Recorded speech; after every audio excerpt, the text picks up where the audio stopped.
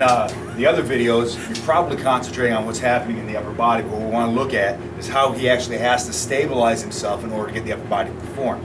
The core has to remain stable while still shifting from one side to the other. So I want you to look at what's happening with his legs and hips, and also what has to happen with his core as he changes direction. So if you go right hand forward, left hand back, okay? So he has to project with this side, stabilize with this side, and then when he switches, his hips actually have to swivel, but he still has to, now he has to activate this side and stabilize this side. Okay? So go ahead and do the alternating arm. Okay, see what his core is doing, what his hips have to do, and how his feet have to stabilize the whole thing. Okay. Now, in the next exercise is the double punch. That's going to be more difficult because we really have to stabilize ourselves, because our initial reaction is just like Newton's third law, equal and opposite.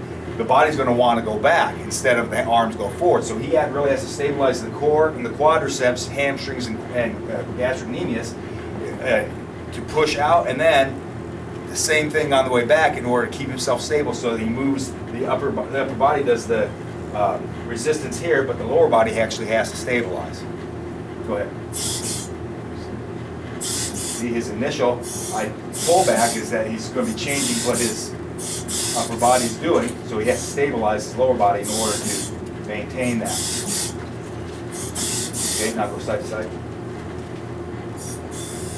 There you go. Just like that. Now this one is really dynamic because he has a widened base. It'll look like his upper body's doing the majority of the work, but it's his core and his legs that actually have to stabilize him so the upper body can do the work. Go ahead. See how the legs are alternating? He has to drive off the legs in order to do this. All right.